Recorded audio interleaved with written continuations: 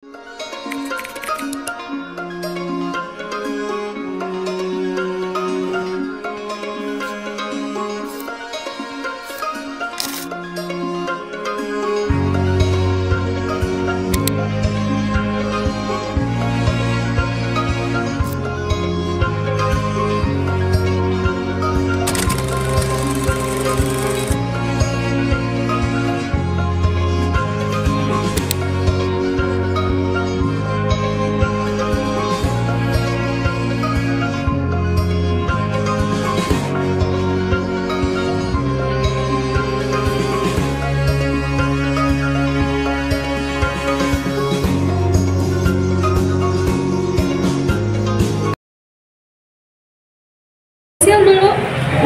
manajemen tapi terus apa lagi ya kan tadi disinggung juga programnya. Nah kalau lebih detailnya gitu programnya apa aja? Oke, jadi kan kalau dari tata kecantikan itu ada tata kecantikan rambut, tata kecantikan kulit, terus ada tata rias pengantin. Nah, berkembang lagi kita lihat peluang pasar, maksudnya apa ya? Jadi kalau di vokasi itu kita ngadainnya analisis training need analisis. Jadi kita selalu bikin training need analisis itu setiap tahun karena kita lihat tuh peluang apa sih yang bisa kita tangkap. Setelah 3 program itu ada tata boga, ada tata busana, terus ada menjahit garment, ada las, ada servis handphone, ada komputer, terus hotelan, spa juga ada. banyak banget, lebih dari 10 ternyata gitu. Oh, kurang keras. Oh iya ya. Siapa lagi? Bisa disebutin nggak mitra kerja yang bekerja sama di LKPTQ? Oke. Kalau mitra kerja kita udah banyak banget, alhamdulillah. Karena kan dari satu bidang itu kita harus wajib punya DUDI namanya ya, dunia industri. Jadi kita tuh minimal dengan satu perusahaan tuh harus ada gitu. Jadi kalau dari tata kecantikan itu kita udah sama makeover, udah sama. Kalau perusahaannya namanya bukan makeover ya, PT Paragon. Itu kita udah kerja sama. Terus untuk UMKM-nya kita salon sudah ini ya, udah banyak juga diantaranya Valentine Salon. Kalau Valentine Salon itu kita sekaligus workshop. Jadi ketika sudah pelatihan, misalkan sudah 2 bulan di sini, nanti dilatih tuh, disimpan di salonnya langsung, biar mereka tahu gimana sih suasana lingkungan kerja tuh seperti apa gitu ya. Untuk tata kecantikan itu ya diantaranya. Tapi kalau disebutin sih banyak banget, cuman kita yang ini aja ya, yang sering digunakan aja. Lalu kalau dari tata busana sama tata operator garment itu kita sama PT. PT tuh bukan ini ya, bukan PT, tahu kan? Bukan PT setengah-setengah.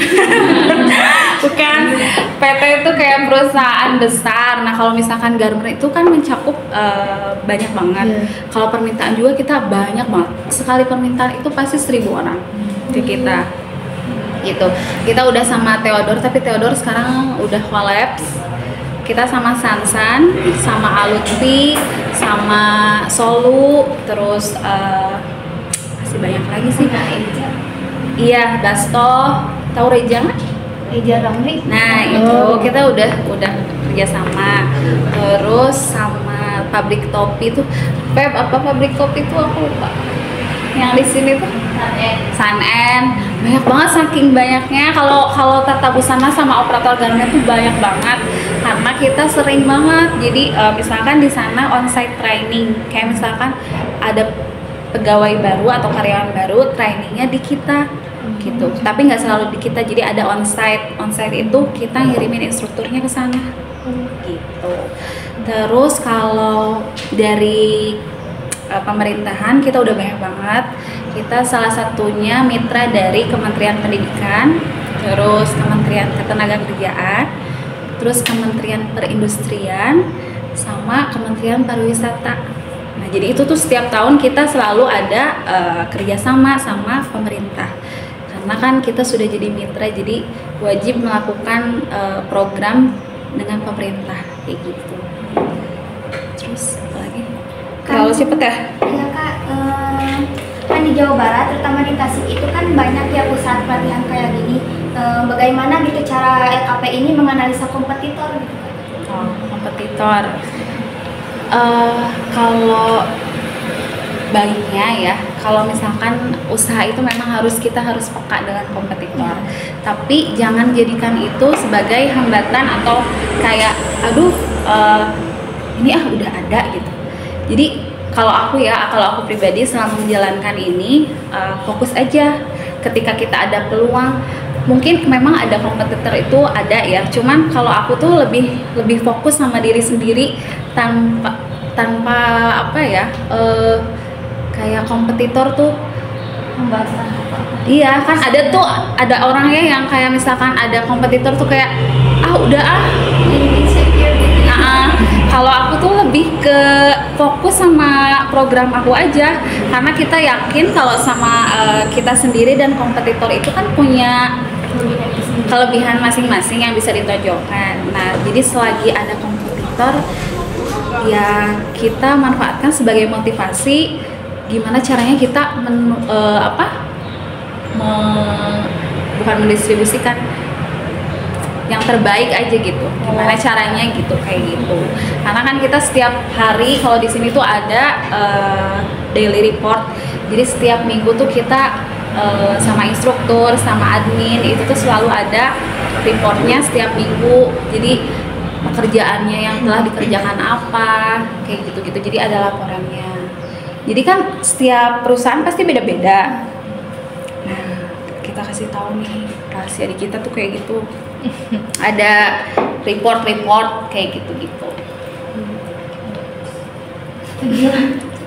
Tujuan didirikan LKP ini apa?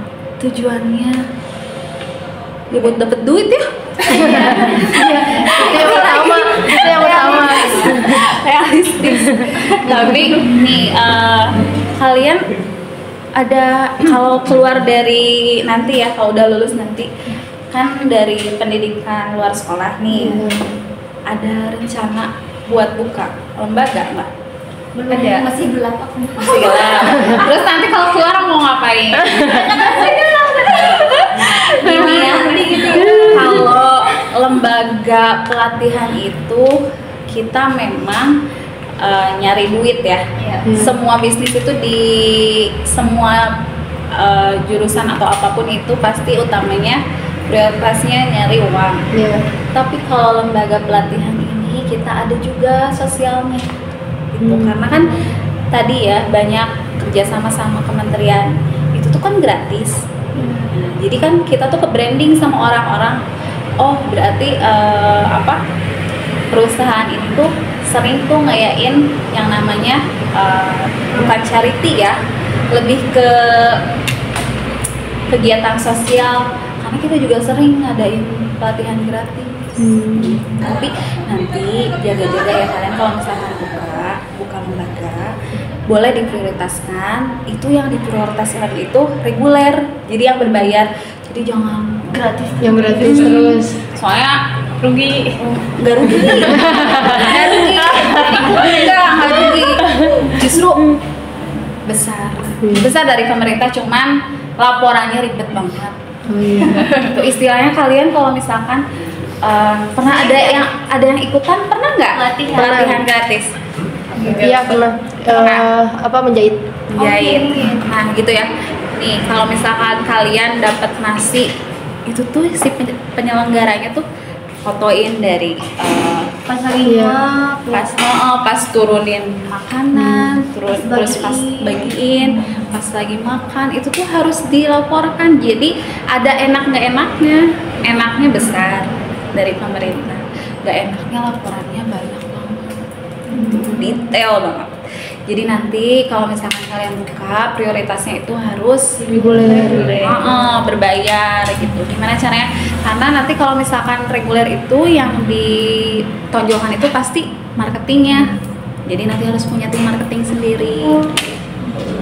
Nah, kalau kita di sini kita kerjasamanya sama konsultan, jadi ada marketingnya sendiri gitu.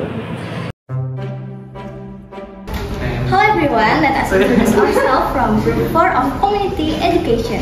We are at the TQ Professional Training Center in Tasik. The TQ Professional Training Center is a non-formal education institution organized for individuals in need and knowledge and skills. There are many programs is here, beauty, bridal makeup, swing, and fashion design is introducing is join.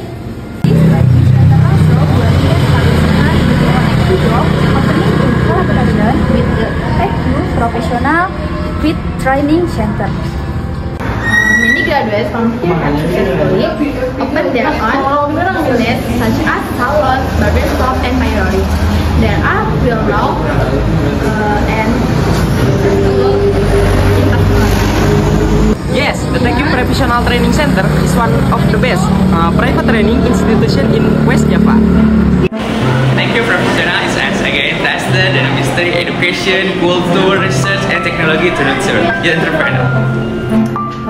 the vision of this institution helps individuals who previously lacked skill to become skilled. However, the abundance of places offering courses also helps the government in reducing poverty rates. Kind scene. Moreover, the abundance of places offering courses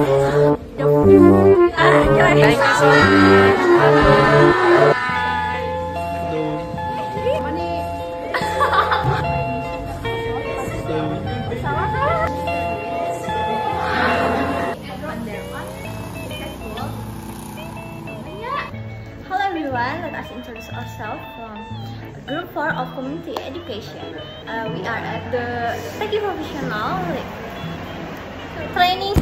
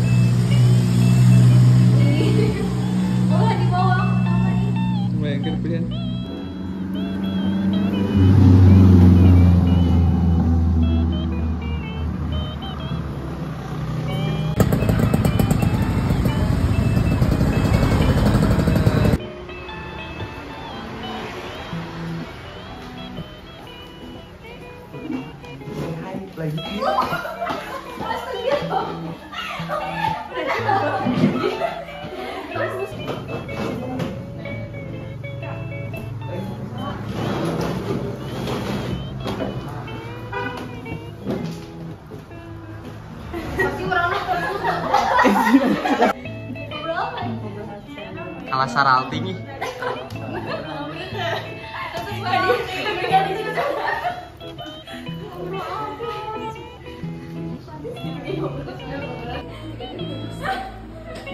Iya, ada juga.